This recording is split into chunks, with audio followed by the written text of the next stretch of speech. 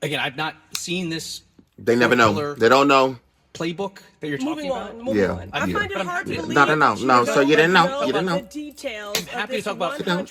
You didn't know, sir. You are under oath, and do not waste my or the public's time. Reclaim your time, sister. Come on. All of the policy ideas that I've talked about. I've talked about them in that context. Then talk about them again. Hey, everybody. This is Dean FM, Dean Fraser Milford, here for your creature comfort. And today, I wanted to do another reaction video. This one's going to be to Ayanna Pressley takes mega goons to school for 39 plus minutes. We're just going to watch a little bit of this. I just want to see Ayanna Pressley. We reacted to Ayanna Pressley in the last video. Yeah, we're just going to be championing black femininity as we always do, empowering and uplifting the voices of black women and black queer feminine figures. You know how I do. So yeah, let's get right into it. We just want to see another strong sister telling them what's up, and reading them.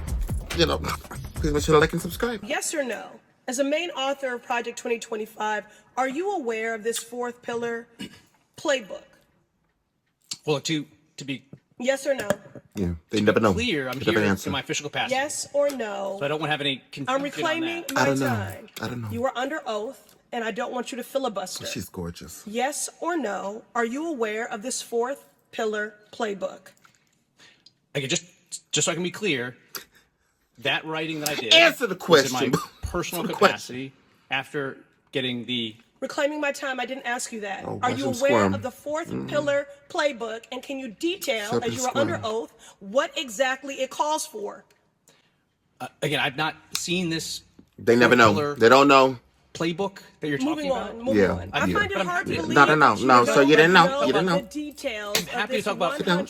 You didn't know, sir. You are under oath, and do not waste my or the public's time. Reclaim your time, sister. Come on. All of the policy ideas that I've talked about. I've talked about them in that context. Then talk about them again. The 100-day playbook, the fourth pillar. Can you offer any? Can you elucidate us to that? Again, all right, I'm moving on, sir. Mr. Berry, chapter 18 of the Project 2025 manifesto is about the Department of Labor. And you are the author of that chapter, correct? Lead author, yes. There's others too. Yes, you are. I believe the American public should know exactly how you and the Republican majority that invited you to testify today want to sabotage the EEOC, rewrite the Civil Rights Act of 1964, and push all of us back to an era of Jim Crow racism. I'm shocked that my colleague across the aisle was in disbelief at our characterizations and assertions of racism and discrimination when even former House Speaker Kevin McCarthy said the Republican side of the aisle looked like the most restrictive country club in America. We all know that Make America Great Again is about making America white only again. There is not one woman on this panel. Ain't nothing great about that history. And I almost walked out just on the strength of that. But the only reason why I didn't is because that is a systemic issue here in Congress and often for people who come before this committee. And if you don't have one woman in a position of leadership and authority that should be there, then that is also a problem. That is a problem. But again, women, hundreds of women, the report detailed hundreds of women who experienced harassment with no recourse.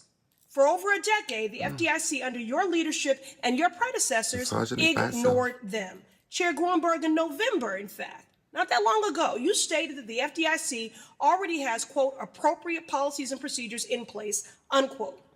Do you now agree, and this is a yes or no question. You don't know. Do you now agree? I don't have it in front of me. The policies and procedures in place have been a cataclysmic failure and an affront to the many women who have been harassed, pushed out of the FDIC, and forced to change their career goals and life trajectory. They have failed, yes, Congresswoman. DEI there we go. There's an answer. is a huge step backwards for our country. Stop acting like it. It has taken generations, not to mention a civil war, a civil rights movement, to move past a stain on our nation's history. But we have made tremendous progress. Where? But not these last months. I don't know what you're talking about. Codify discrimination in an effort to remove discrimination is a woeful initiative, and would undo generations of progress we have made as a nation on this. Every tear, every drop of blood, the sweat of our founders, our forefathers that have fallen would be in vain for us to continue and to reverse the path that we have. Yeah. We are debating legislation that denies the sky is blue, water is wet, and racism is real. The major provision of the bill says to ban anything that acknowledges racism. And a few pages later in the exact same bill, there are multiple provisions discussing the presence of racism. This Republican approach is as predictable as it is nonsensical. On one hand, they're saying that racism does not exist. On the other hand, they are saying there is rampant reverse racism. Really? Okay. Well, how do you reverse something that never existed in the first place? Riddle me that. Yeah.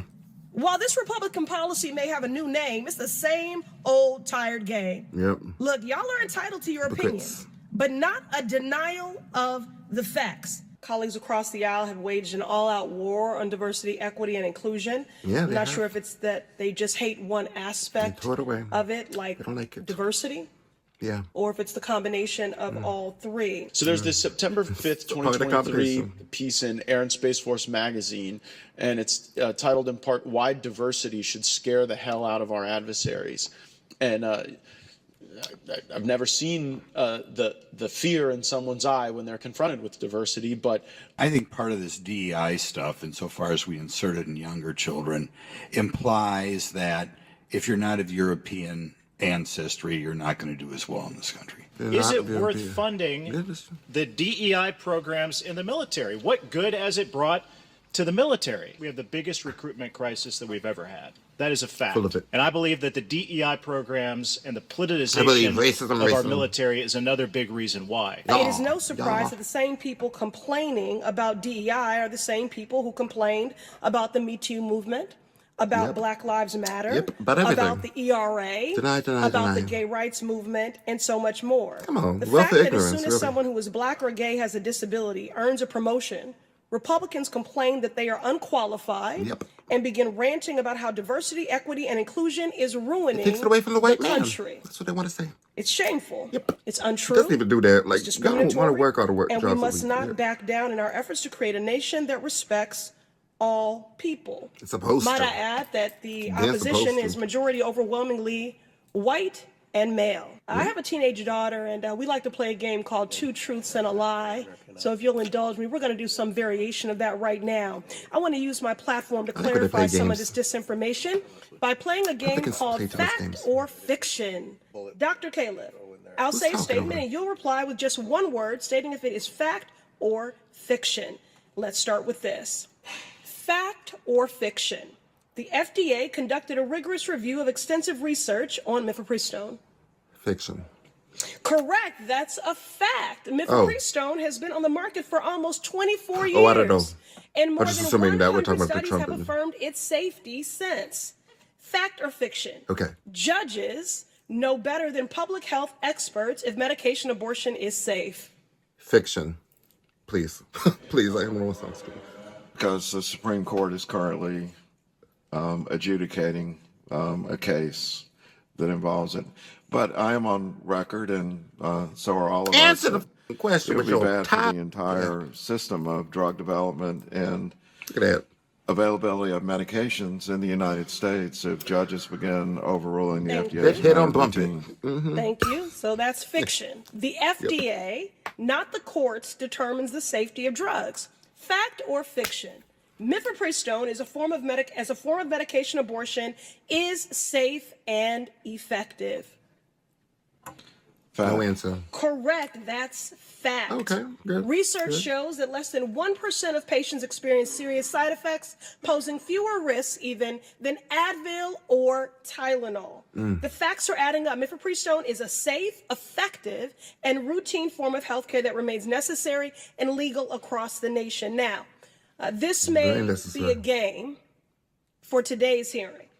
But unlike Republicans, I have no interest in playing games with people's lives. Me neither, and this is gravely serious. For many, especially Black women, pregnancy and childbirth can be life-threatening. As far as abortion goes, I haven't spoken about it much on my channel, but what I'd like to say is that, I definitely support the pro-choice movement. I think that getting abortion is very much life-saving in many cases, with health considered, and what's a good way to put it? RAPE. The fact that women are still having to fight, scream off the rooftop laptops for their damn right to their choice for their body. That's not gonna work on me. That's not gonna work on this channel. I'm gonna be here to promote women and how they feel. And that, my dear, was reacting to watch Ayanna Pressley takes MAGA goons to school. Maybe we can get into more of that for the next video. Let me know if you want to see more of this. Make sure that you go out, make sure that you hold our Congress. We got to hold our politicians, presidency to a certain standard. Us as a country have definitely made our voices known, taken to the streets, making sure that we all get out, and make sure that you keep going out. Make sure that you keep showing your protest. Make sure that you keep your safety and your freedom at mind and put yourself in a safe position. But at the same time, get out there. Stick up for people who can't stick up for themselves if you can. We can learn a lot from powerful women, powerful black women in Congress, powerful positions of power, you know, that they quite often are. They got to take, like, I don't know, this country got it messed up. Diversity, equity, inclusion, like you heard her talk about, is being scrutinized and taken down and being challenged because people think that black people and people of color and people who are in marginalized communities are getting somehow better opportunities than a white person. But really all that means is that they're just kind of supplementing for the natural, very real oppression that certainly now, during the Trump presidency, couldn't be more clear. The racism, the presence of such, should not be more apparent and duh. But that's kind of like a reparation type of thing where it's like, it's a barrier for that racism to not really be as impactful, I think. Diversity, equity, and inclusion refer to a set of principles and practices that promote a diverse workforce, ensure equal access to opportunities and resources, and create an inclusive environment where all individuals feel valued. I mean, you see, yeah. So I basically got it right. It makes it so that people who are in a oppressed situation that they shouldn't be, that they are in because of the history of this country and what this country has set up for a lot of people, it's just not fair. It's not fair, and it's not as equal as people want to make it seem. Man, I hope you have a nice day. I'll talk to you later. Bye-bye.